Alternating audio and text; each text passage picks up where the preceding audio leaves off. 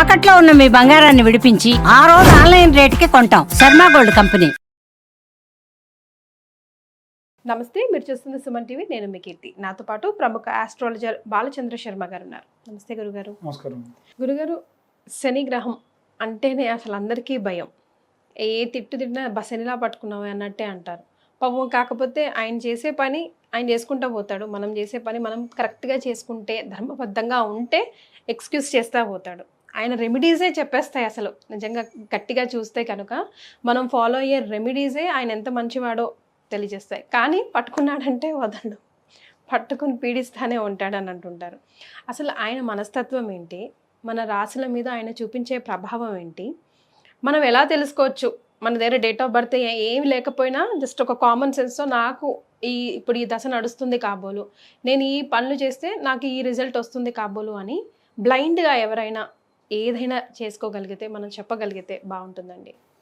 శ్రీమాత్రే నమః, శ్రీ గురుభ్యో నమః. మీరు అడిగిన ప్రశ్నలో కొంత సమాధానం ఆల్రెడీ ఉందండి. వాస్తవంగా శనిని కర్మఫలదాత అంటారు. బ్రహ్మదేవుడు తర్వాత రాస్తాడు. ఎలా అంటే కీర్తి గారికి డబ్బు రావాలి అని రాస్తాడు. ఎన్ని డబ్బులు రావాలో రాయడు. కారు కొనుక్కోవాలని రాస్తాడు. ఎలాంటి కారు కొనుక్కోవాలో రాయడు. కేవలం ఆయన సిచ్యువేషన్ మాత్రమే రాస్తాడు. క్వాలిటీ అండ్ క్వాంటిటీ అనేది రాయడు. ఇవి పూర్తిగా నిర్ణయించేది శని. ఏదైనా మన స్టోరీస్ పురాణాల్లో ఏమైనా ఉన్నాయండి ఇవి ప్రూవ్ అయినవి? బ్రహ్మదేవుడు రాతని సైతం మార్చేశాడు శనిదేవుడు, ఫర్ ఎగ్జాంపుల్ ఇదిగో ఈ స్టోరీ ఉంది మన పురాణాల్లో అన్నట్టుగా? ఉన్నాయి, చాలా ఉన్నాయి. ఒక్కటి చెప్పుకుందామా? పరమశివుడి దగ్గరికే వెళ్ళిపోయి, శివ మరి నన్ను సృష్టించావు కదా, మరి నిన్ను ఒక సంవత్సరం పాటు నేను పట్టాలి అని ఉంది, మరి జాగ్రత్త అంటే, సృష్టించింది నేను రా నిన్ను, సరే పో అని ఒకసారి ఆలోచించాడు. నిజంగానే శని పడతాడు. కాబట్టి సంవత్సరం అంటే భూమి మీద సంవత్సర కాలం అయితే అక్కడ లిప్తపాటు కాలం. వెళ్ళిపోయి ఒక చెట్టు త్వరలో దాచుకున్నాడు. తర్వాత మళ్ళీ వచ్చి పిలవండి శనిని అని అంటే, అయ్యా కైలాసంలో పార్వతీదేవి పక్కన ఉండాల్సిన తీసుకెళ్ళి చెట్టు త్వరలో కూర్చోబెట్టి అదే నేను పట్టడం అంటే అన్నాడు. ఇలా శని పట్టడం అనేటువంటిది ఉంటే అస్సలు ఎక్స్క్యూజ్ చేయడండి. మినిమం మినిమం మినిమం ఇంత ఉంటుంది. దీని గురించి కూడా ఒక చిన్న కథ ఉంది. ఒక బ్రాహ్మడు తనకి ఎప్పుడు శని దశ వస్తుంది ఏంటో తెలుసుకొని తన వల్ల కుటుంబానికి ఇబ్బంది కాకూడదని చెప్పి నేను జపం చేసుకోవడానికి వెళ్తున్నా అని చెప్పి వెళ్ళిపోయి కొండల్లో గుహల్లో కూర్చొని జపం చేసుకోవడం స్టార్ట్ చేశాడు. ఆల్మోస్ట్ సంఖ్య పూర్తవ్వాలి, 20,000 సంఖ్య ఉంటుంది. సంఖ్య పూర్తవ్వాలన్నమాట. చదువుతూ ఉన్నాడు. శని వచ్చేసాడు. అయ్యా నీ మంత్రమే చదువుతున్నా స్వామి, మళ్ళీ కొద్దిసేపు ఆగిరా, ఎంతసేపు ఆగిరమ్మంటావు అని అంటే, ఇప్పుడు పడితే నేను నిన్ను ఒక 7 నెలలు పడతా అన్నాడట. నేను కొంచెం జపం చేసుకుంటా, ఒక అరగంట ఆగిరా అన్నాడంట. సరే అని చెప్పి అరగంటలో ఇంకా పూర్తి చేసుకుని మళ్ళీ వచ్చాడు. ఏమైంది, ఎంతవరకు వచ్చింది అని అంటే, అయ్యా ఇంకా ఎన్ని రోజులు పడతావు నన్ను అన్నాడంట. పడితే కనీసం ఇంకొక 7 వారాలు పడతా, ఒక్క 5 నిమిషాలు సమయం ఇయ్యా అన్నాడంట. సరే అని చెప్పేసి ఇంకొక కొంచెం జపం చేసుకుని మళ్ళీ వచ్చాడు. వచ్చిన తర్వాతకి ఇక నేను ఆగను, నీకు కేవలం 7 నిమిషాలు మాత్రమే, 7 గంటలు మాత్రమే ఉంది, ఈ 7 గంటలు అనుభవించాల్సింది. 7 గంటలే కదా, ఇక అడిగినా బాగోదులే అని చెప్పి సరే అన్నాడు. సరే పట్టేసా అన్నాడు. చూస్తే అంతా మామూలుగానే ఉంది. వస్తా అని చెప్పి జపం చేయడం కూడా మానేశాడు. అప్పటిదాకా జపం చేసుకున్నాడు, మళ్ళీ కంటిన్యూ చేయొచ్చుగా. అమ్మాయి పట్టేశాడుగా, ఇంకెందుకు వదిలేశాడు. సరే అని చెప్పేసి ఆయన కమండలము ఏదో ఒక మంచి పుచ్చకాయ ఉంటుంది కదా, అది దొరికింది, తీసుకున్నాడు. తిందామని చెప్పి సంచిలో వేసుకున్నాడు. అది కాస్త పగిలింది. ఒక సంచిలో వేసుకున్నాడు, పక్కన తగిలిచ్చాడు. అప్పుడే రాజుగారి కొడుకు అడవిలో తప్పిపోయాడు. వెతుక్కుంటూ పట్టులు వచ్చారు. వస్తే రాజుగారి కొడుకు ఎక్కడ తప్పిపోయాడు, కనిపించాడు. నాకేం తెలుసయ్యా అన్నాడు. చూస్తే సంచి అంతా ఎర్రగా కారుతుంది. అదేమిటని చూస్తే రాజుగారి కొడుకు తలకే వాళ్ళకి కనిపించింది. అందులో నువ్వే చంపేసావు రాజు కొడుకుని నేను చంపడం ఏమిటి, అది పుచ్చకాయ అయితేను అని అంటే కూడా లేదని చెప్పి తీసుకుని వెళ్ళిపోయారు. వెళ్ళిపోయిన తర్వాత చూశాడు, ఆలోచిస్తున్నాడు.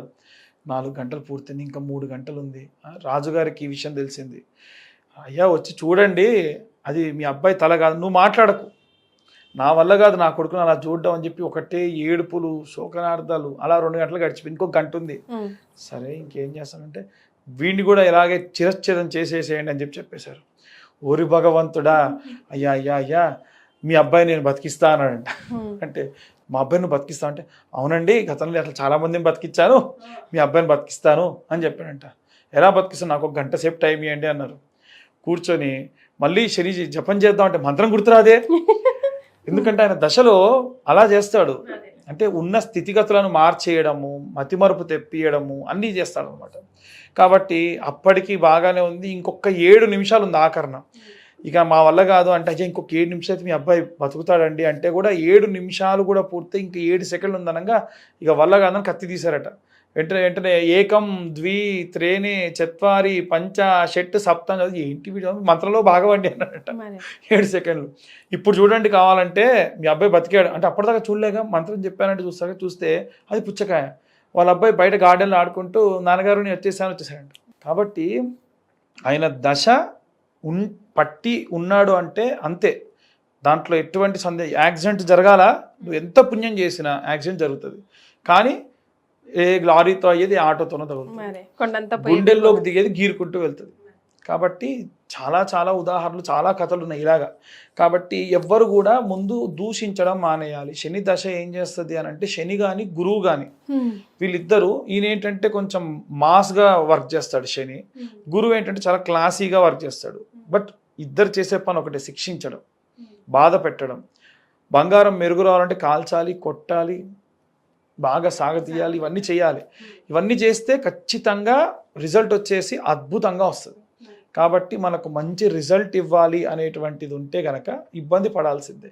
శని దశాకాలం కూడా 19 సంవత్సరాల దాకా ఉంటుంది. మొదటి 2.5 సంవత్సరాలు కష్టపడతాడు. ఆ టైంలో కనుక ఏలినాడు శని ఉంటే చాలా గొప్పగా బతికిన వాడు కూడా, వాడు బిచ్చగాడి సినిమాలో చూపిస్తాడు కదా, అలా పడాల్సిన కష్టం అంతా పడతాడు. ఆ 2.5 సంవత్సరాల తర్వాతకి కీర్తి, ప్రతిష్ట, డబ్బు, ఐశ్వర్యము, నిద్ర కూడా పోదామంటే టైం దొరక్కపోవడం కూడా జరుగుతుంది. ఇవన్నీ కూడా శని దశా ప్రభావాలు ఖచ్చితంగా అలాగే జరుగుతాయి. సో ప్రస్తుతం ఏ రాశుల వారికి శని దశ నడుస్తుందంటారండి? మీనరాశి వారికి ఏలినాడు శని ప్రభావం ఉంది. ఆల్రెడీ గడిచినటువంటి కాలంలో మకర రాశి వారికి, అలాగే ఈ యొక్క కుంభరాశి వారికి కూడా ఈ శని ప్రభావం అనేది పోయింది. తర్వాత వచ్చేటువంటి కాలంలో మేషరాశి వారికి, వచ్చేటువంటి ఉగాది తర్వాతి కాలంలో మేషరాశి వారికి కూడా ఏలినాడు శని ప్రారంభం కాబోతుంది. వీళ్ళు ప్రతి శనివారం కూడా ఇంత చిన్న క్లాత్ ఒకటి తీసుకొని దాంట్లో నువ్వులు వేసి, వీలైతే ఆవాలు కూడా వేసి గట్టిగా నల్లదారంతో మూట కట్టి, నువ్వుల నూనె, ఆవ నూనె కలిపి కొత్త మట్టి ప్రేమద కొనుక్కొని దాంట్లో ఇది పోసి వెలిగించి దీపం వెలిగిస్తే విశేషమైనటువంటి ప్రతిఫలం. అది కూడా నవగ్రహాల్లో శని దగ్గర. చాలామంది నవగ్రహాల గుడికి వెళ్తే మేము శని త్రయోదశి నాడు అసలు మినిమం రెస్పెక్ట్ ఉండదు. అది శని భగవానుడు, ఆయన దేవుడు అని ఏమి ఉండదండి. ఇట్లా తీసుకొచ్చి ఇట్లా పోస్తారు, నువ్వుల నూనె పోస్తారు, క్లాత్ అంటరానోళ్ళకి వేసినట్టు ముట్టుకోకూడదు అన్నాం. కానీ మగవాళ్ళు ఏం కాదండి, మామూలుగా వేయచ్చు కదా, ఇట్లా వేస్తారు. ఒక దీపం ముట్టించి వెళ్ళిపోతుంది, అది ఎవరికి అంటుకుంటుంది? ఆయనకే అంటుకుంటుంది, ఆయనకి వేసిన బట్టకే అంటుకుంటుంది. ఒక ఆమె తెచ్చి బెల్లం తెచ్చి పెడుతుంది ఆయన మూతికి. ఏం చేస్తున్నావు అమ్మా అని అడిగాం. నైవేద్యం పెడుతున్న పంతులు అంది. నైవేద్యం పెట్టేది ఏందమ్మా అంటే వాళ్ళ ఉద్దేశం ఏంటంటే మేము గర్భాలయంలో భక్త లాంటిది, తప్పేం కాదు, గర్భాలయంలో నేను పోయి నైవేద్యం పెడుతుంటే రాముల వారు ఆ నోరు తెరిచి నేను అన్నం పెడతా ఆయనకి, ఆమె భావనది. కాబట్టి అలా కాకుండా నైవేద్యం పెట్టే విధానం ఇది తల్లి, కింద పెట్టాలి, 5 సార్లు చూపించాలి, ఆయన ప్రాణ, వ్యాన, అపాన, సమాన, ఉదాన ఇన్ని రూపాల్లో ఏదో రూపకంగా తీసుకుంటే నువ్వు ఏం చెప్పినా అర్థం కాలే కానీ నోటి దగ్గర పెట్టొద్దు అంతే కదా, కింద పెట్టిపోతా అని చెప్పి వెళ్ళిపోయింది. కాబట్టి భక్తి చాలా మందికి ఉంటుంది, కానీ ఇలాంటి విపరీతమైన భక్తులు మనం కొంచెం మన దేవాలయాల్లో ఉన్న ఐడల్స్కి మనకు రెస్పెక్ట్ ఇవ్వాలి.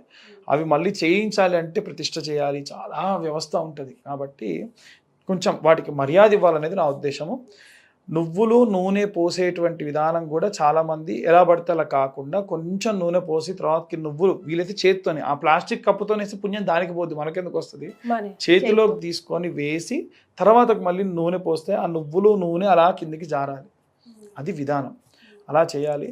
నువ్వుల నూనెతోని దీపం పెట్టడం కూడా అలా నల్ల వస్త్రంలో కట్టి మనం గనక దీపారాధన చేస్తే చాలా మంచి సత్ఫలితాలు వస్తాయి.